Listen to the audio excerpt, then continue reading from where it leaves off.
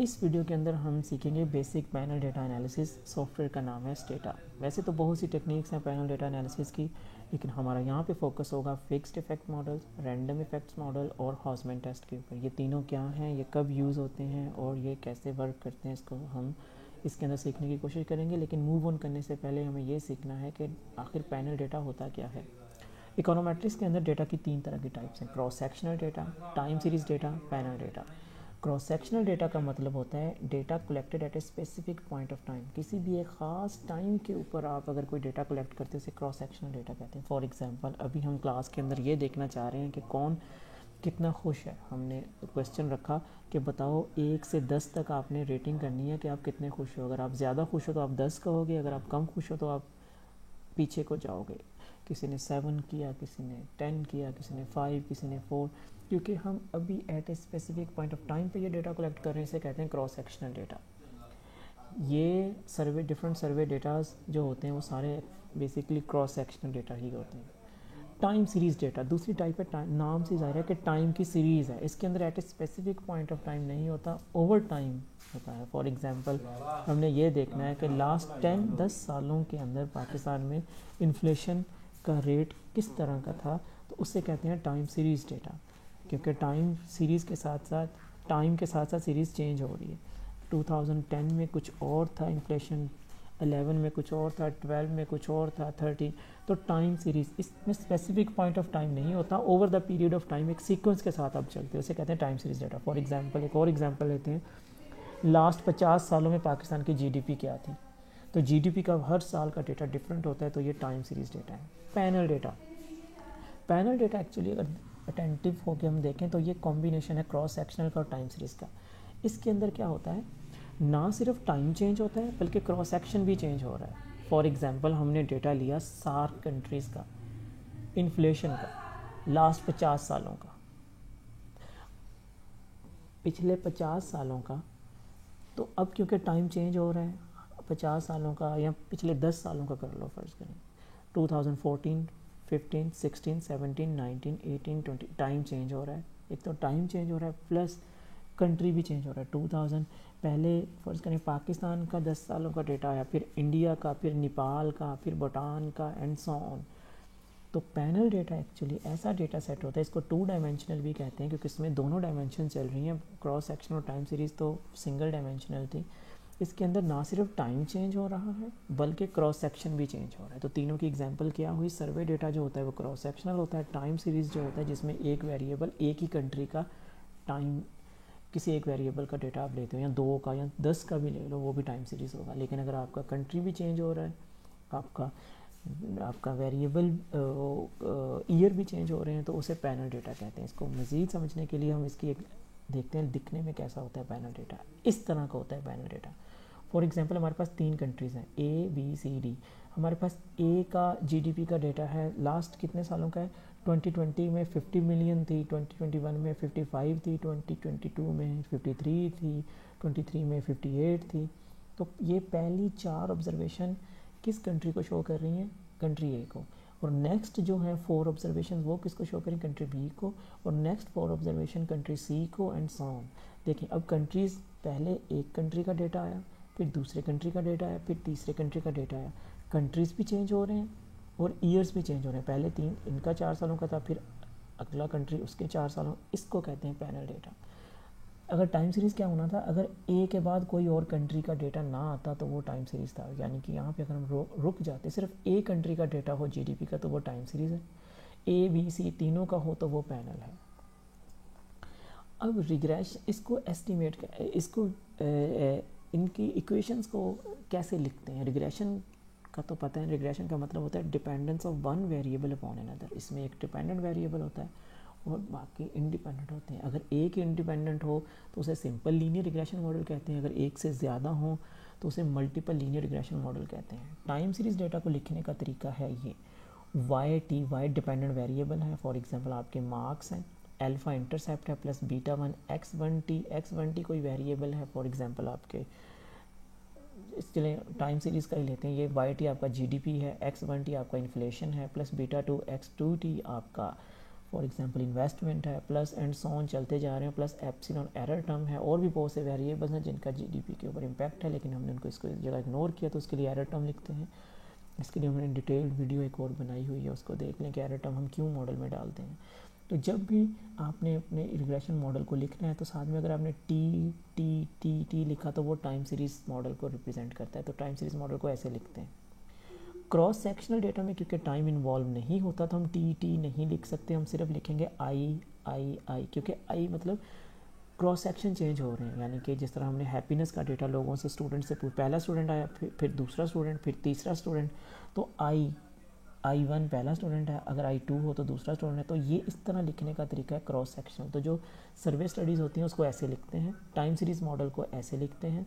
Panel data में क्योंकि cross time भी इन्वॉल्व होता है, क्रॉस सेक्शन दोनों इन्वॉल्व होते हैं, तो इसलिए इसको हम लिखते हैं आई भी लिखेंगे, टी भी लिखेंगे। आई कंट्री को शो करता है, टी उसका ईयर, फ़र्ज़ करें 1990 पाकिस्तान, तो ये IT, फिर 1991 पाकिस्तान, फिर आई हो जाएगा पाकिस्तानी, टी होगा 1991, तो टाइम चेंज होता रहता है। लेकिन इसके अंदर अगर आप अटेंटिव होकर देखें एक और टर्म आ जाती है म्यू आई, ये एक एक्स्ट्रा टर्म है। ये क्यों आती है? ये है टाइम सीरीज़ मॉडल, पूरे कंट्री, एक कंट्री का मॉडल है, क्रॉस सेक्शनल, ये क्रॉस सेक्शनल का मॉडल है। लेकिन ये जो पैनल डेटा है इसके अंदर टाइम भी चेंज हो रहा है और कंट्री भी चेंज हो रहा है। क्योंकि कंट्री भी चेंज हो रहा है तो हम जब अपने एनालिसिस करेंगे तो हमें ये डिसाइड करना होगा कि ये जो हमारे रिज़ल्ट्स आ रहे हैं वो हम सारे कंट्रीज़ के ऊपर अप्लाई कर सकते हैं या नहीं कर सकते, या सिर्फ एक कंट्री पे करेंगे। तो ये म्यू आई हमारी हेल्प करेगा ये बताने में कि कैसे हमने अपने पैनल डेटा को डील करना है। इसी के लिए ये वीडियो है, इसी चीज़ के लिए जो हम नेक्स्ट अब एक्सप्लेन करने लगे हैं। तो पैनल डेटा जब भी आपने लिखना है तो आपने IT लिखना है, क्रॉस सेक्शनल के साथ आई लिखना है, और टाइम सीरीज के साथ टी लिखना है।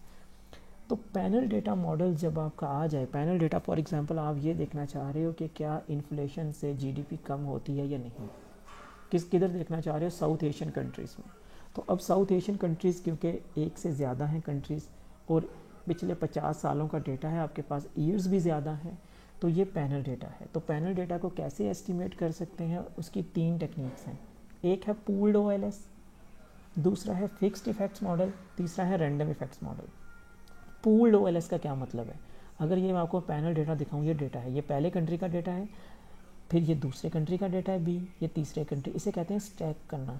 पहले कंट्री का डेटा को दूसरे कंट्री के ऊपर, दूसरे को तीसरे के ऊपर, एक दूसरे के ऊपर आप स्टैकिंग कर देते हो, इसे कहते हैं डेटा स्टैकिंग। और इस आप सिंपल इसके ऊपर अगर आप OLS लगा दो तो उसे कहते हैं पूल्ड OLS टेक्निक।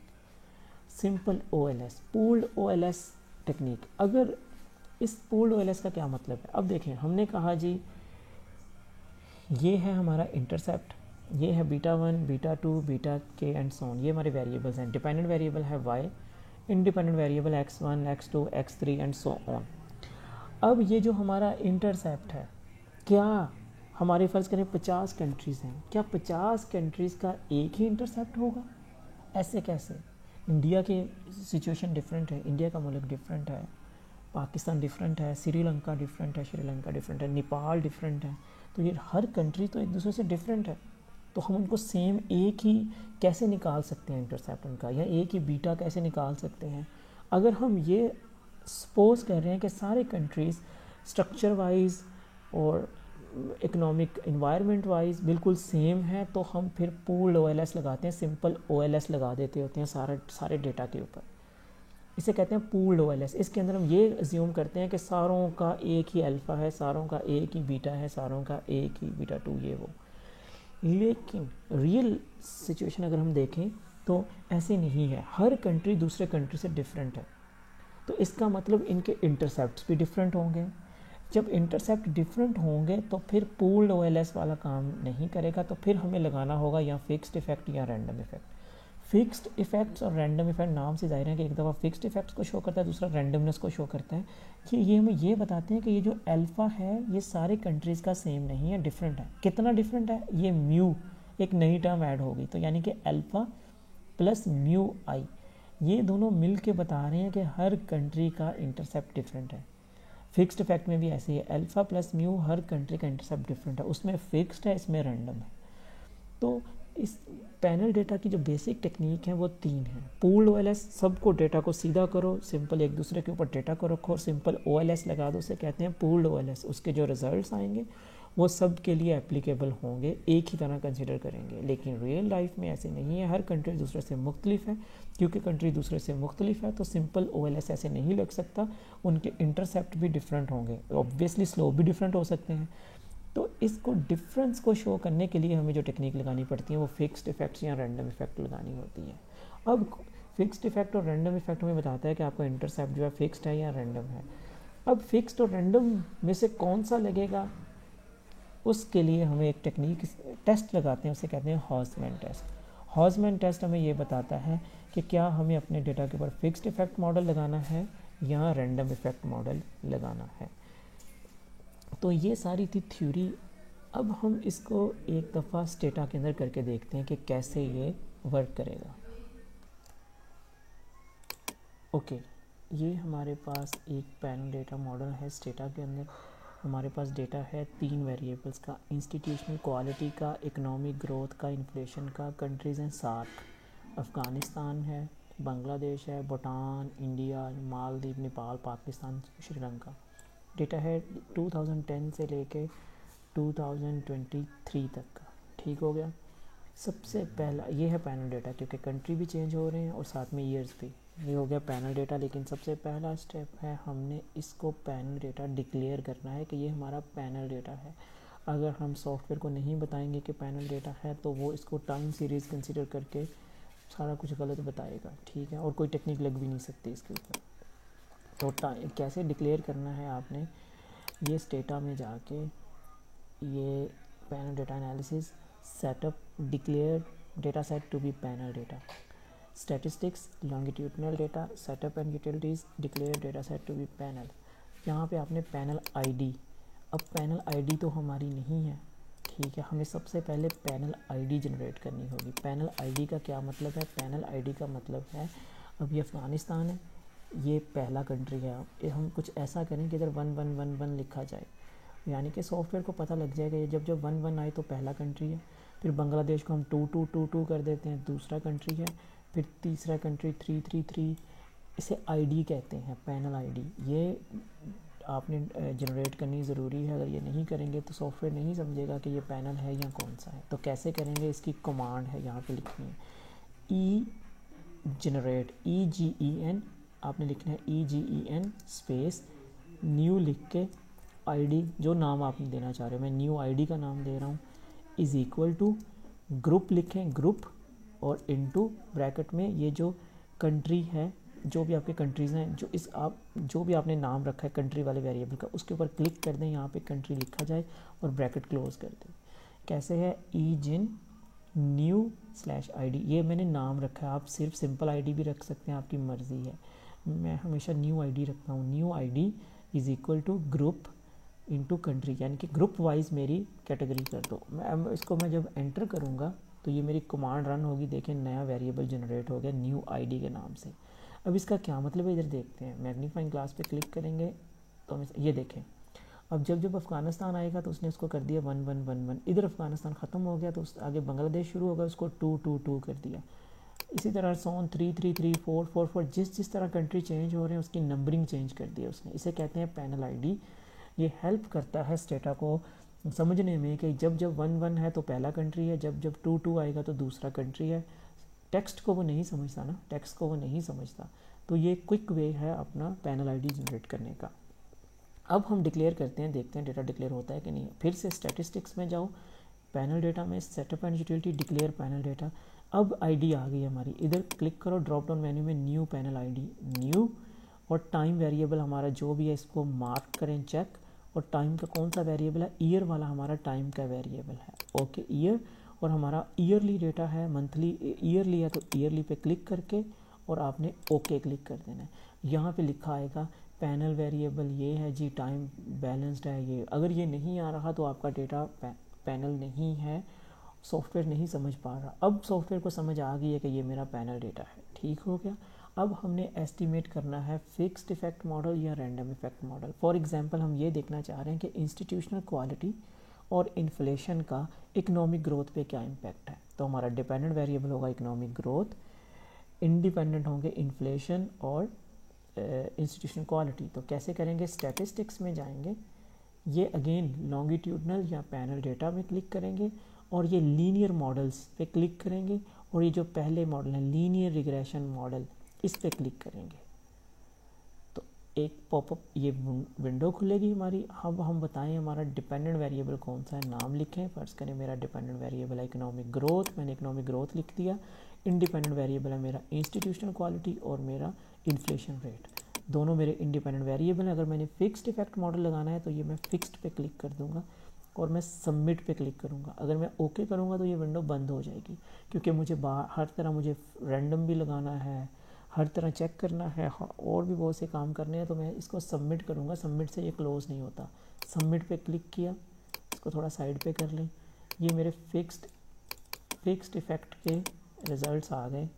ये फिक्स्ड इफेक्ट मॉडल के रिज़ल्ट आ गए। फिक्स्ड इफेक्ट मॉडल हमें क्या बता रहा है, इंस्टीट्यूशनल क्वालिटी का पॉजिटिव इम्पैक्ट है इकोनॉमिक ग्रोथ के ऊपर और ये सिग्निफिकेंट है, क्योंकि पी वैल्यू 0.10 से कम है।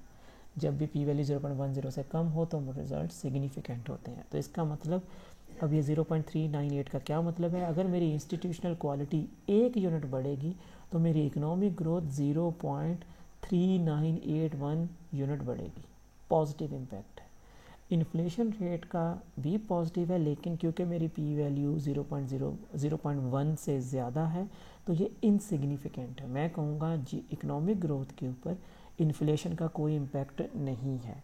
ये कौन सा मॉडल हमें बता रहा है, ये फिक्स्ड इफेक्ट मॉडल बता रहा है। अब मैंने लगाना है रैंडम इफेक्ट मॉडल। तो रैंडम इफेक्ट मॉडल कैसे लगेगा, उसी विंडो को दोबारा खोल के रखें। ये है रैंडम इफेक्ट। रैंडम इफेक्ट दो तरह के होते हैं, जीएलएस रैंडम इफेक्ट होता है, एक मैक्सिमम लाइकलीहुड रैंडम इफेक्ट है।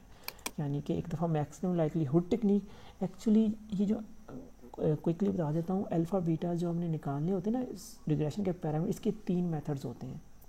ओएलएस जिसे ऑर्डिनरी लीस्ट स्क्वायर कहते हैं, फिर आता है मेथड ऑफ मूवमेंट एमएम, फिर आता है मैक्सिमम लाइकलीहुड मेथड एमएल, फिर जीएलएस है जनरलाइज्ड लीस्ट स्क्वायर। ये एक्चुअली तब लिखते होते हैं जब हेट्रो की प्रॉब्लम होती है या ऑटो कोरिलेशन, इस तरह की चीज़ों को टैकल करने की। तो हमने ML multiple maximum likelihood random effect लगाया तो ये हमारे आ गए एमएल के रिजल्ट। एमएल रिजल्ट यानी कि हमारा रैंडम इफेक्ट, ये देखो यहाँ पे लिखा भी आ रहा होता है एमएलई, लेकिन रैंडम इफेक्ट। रैंडम इफेक्ट के रिजल्ट हमें बता रहे हैं कि हमारा अगेन इंस्टीट्यूशनल क्वालिटी का हमारी इकोनॉमिक ग्रोथ पे कौन सा इम्पैक्ट है, पॉजिटिव इम्पैक्ट है और ये सिग्निफिकेंट है क्योंकि पी वैल्यू 0.10 से कम है। इन्फ्लेशन अगेन इनसिग्निफिकेंट है, कोई इम्पैक्ट नहीं है। तो ये हमारा फिक्स्ड इफेक्ट आ गया, रैंडम इफेक्ट। अगर हम दूसरे वाला लगा के देखें जीएलएस वाला, इस पर क्लिक करते हैं तो उसका भी आ जाएगा। ये अगेन ये देखें, ये रैंडम इफेक्ट जीएलएस की टेक्निक से यूज़ कर, तब भी इंस्टीट्यूशनल क्वालिटी का हमारी इकोनॉमिक ग्रोथ पे पॉजिटिव इम्पैक्ट है, जबकि इन्फ्लेशन का इधर नेगेटिव हो रहा है, लेकिन इनसिग्निफिकेंट है। तीनों टेक्निक्स में इनसिग्निफिकेंट है। अब ये डिसाइड करना है कि क्या हमें फिक्स्ड इफेक्ट मॉडल के रिजल्ट्स अपने पेपर में लिखने हैं या रैंडम इफेक्ट मॉडल के रिजल्ट्स हमें अपने मॉडल में लिखने हैं। तो उसके लिए एक टेस्ट यूज़ होता है, उस टेस्ट का नाम है हॉजमैन टेस्ट। ठीक है, हॉजमैन टेस्ट कैसे होता है, एक्चुअली ये आपने हॉजमैन टेस्ट को मैंने थोड़ा सा लिखा है। पहले आपने फिक्स्ड इफेक्ट मॉडल को रन करना है और उसके जो रिजल्ट्स आ जाएंगे उसको आपने ये कमांड लिखनी है। क्या लिखना है, एस्टीमेट जो आए हैं एस्टीमेट स्टोर कर दो, किस नाम से, फिक्स्ड इफेक्ट से। फिर आपने रैंडम इफेक्ट को रन करना है, उसको लिख देना है एस्टीमेट स्टोर कर दो रैंडम इफेक्ट में। तो फिर आपने लिखना है हॉजमैन फिक्स्ड इफेक्ट जो स्टोर किए हुए हैं और रैंडम इफेक्ट, और एंटर कर देना है, तो हमें हॉजमैन टेस्ट के रिजल्ट्स आ जाएंगे। ठीक है, करके देखते हैं। अब देखें, अगर हमें ये देखें, ये जो हमारी कमांड थी, ये यहाँ से लेके यहाँ तक, ये किसकी कमांड है, ये फिक्स्ड इफेक्ट की कमांड है। सिर्फ इतनी एक लाइन, इसको कॉपी कर लो और इधर पेस्ट कर दो। पेस्ट करके अगर मैं एंटर करूँगा तो वही रिजल्ट्स दोबारा आ जाएंगे फिक्स्ड इफेक्ट के जो पहले आए थे। ये मैंने इसलिए किया कि फिक्स्ड इफेक्ट आ गया, अब मैंने इसको स्टोर करना है, फिक्स्ड इफेक्ट को, रिजल्ट्स को स्टोर करना है, सेव करना है। कैसे करेंगे, एस्टीमेट स्टोर फिक्स्ड इफेक्ट। क्या लिखूँगा, ESTIMAT estimate, sorry estimate store FE FE के नाम से मेरे रिज़ल्ट स्टोर हो गए, ये देखें। अब मैं रैंडम इफ़ेक्ट को भी कर लेता हूँ। ये मेरा इधर रैंडम इफ़ेक्ट का था, ये रैंडम इफ़ेक्ट की कमांड है, इसको मैं कॉपी कर लेता हूँ, इस कमांड को कॉपी कर लेता हूँ, अगेन मैं नीचे इधर पेस्ट करके एंटर कर देता हूँ, तो मेरे रिज़ल्ट्स आ जाएंगे। अगेन वही रैंडम वाले दोबारा से आ गए। अब मैंने इसको स्टोर करना है, तो कैसे करेंगे? अगेन वही कमांड ESTIM एस्टीमेट स्टोर। अब की बार FE नहीं RE लिख देते हैं, ताकि रैंडम इफ़ेक्ट के नाम से मैं याद रहें। ये देखें, अब ये मेरे फिक्स्ड इफ़ेक्ट के भी रिज़ल्ट्स आ गए, रैंडम इफ़ेक्ट के भी रिज़ल्ट्स। क्या है मैंने फिक्स्ड के भी रिज़ल्ट को एस्टिमेट कर लिया है और सेव कर लिया है, रैंडम इफ़ेक्ट के रिज़ल्ट्स को भी एस्टिमेट कर लिया और सेव कर लिया। अब मैंने लगाना है हॉज़मैन टेस्ट। हॉज़मैन टेस्ट क्या है? HAUSMAN, आपने लिखना है HAUSMAN। हॉज़मैन लिख के पहले किसके रिज़ल्ट सेव किए थे? फिक्स्ड इफ़ेक्ट के FE के नाम से और रैंडम इफ़ेक्ट के RE के नाम से, दोनों के लिख दिए आपने और एंटर कर देना, तो हमारा हॉज़मैन टेस्ट के रिज़ल्ट्स आ जाएंगे। मैंने एंटर किया, ये हॉज़मैन टेस्ट के रिज़ल्ट आ गए। हॉज़मैन टेस्ट हमें ये डिसाइड करने में हेल्प करता है कि हमें फिक्स्ड इफ़ेक्ट मॉडल लगाना चाहिए या रैंडम इफ़ेक्ट। तो गाइडलाइन क्या है? गाइडलाइन ये है कि H0 must be rejected to run fixed effect. ये जो H0 है ये आपका रिजेक्ट होना चाहिए, अगर रिजेक्ट हो गया तो फिक्स्ड इफ़ेक्ट लगेगा, अदरवाइज़ रैंडम। ये है हमारा H0, ठीक है। इसको अब P वैल्यू देखो, अगर तो P वैल्यू 0.1 से कम है तो ये H0 रिजेक्ट है, अगर 0.1 से ज़्यादा है तो H0 डू नॉट रिजेक्ट है। अब इस केस के अंदर हमारी वैल्यू है P की 0.1, क्योंकि ये 0.17 0.1 से ज़्यादा है, तो we do not reject H0, तो हम H0 को रिजेक्ट नहीं करेंगे। तो अगर H0 को रिजेक्ट नहीं करेंगे तो जो हमारी एप्रोप्रिएट या सूटेबल टेक्निक है वो है रैंडम इफ़ेक्ट मॉडल। तो हमें कौन से मॉडल रिज़ल्ट अपने थीसिस के अंदर या पेपर के अंदर लिखने चाहिए? ये वाले रैंडम इफ़ेक्ट वाले। अगर ये रिजेक्ट हो जाता तो फिर हमारे कौन से आने थे? ये वाले फिक्स्ड वाले। तो हॉज़मैन टेस्ट हमारी हेल्प करता है ये डिसाइड करने में कि हमें रैंडम इफ़ेक्ट लगाना है या फिक्स्ड इफ़ेक्ट लगाना है। Thank you.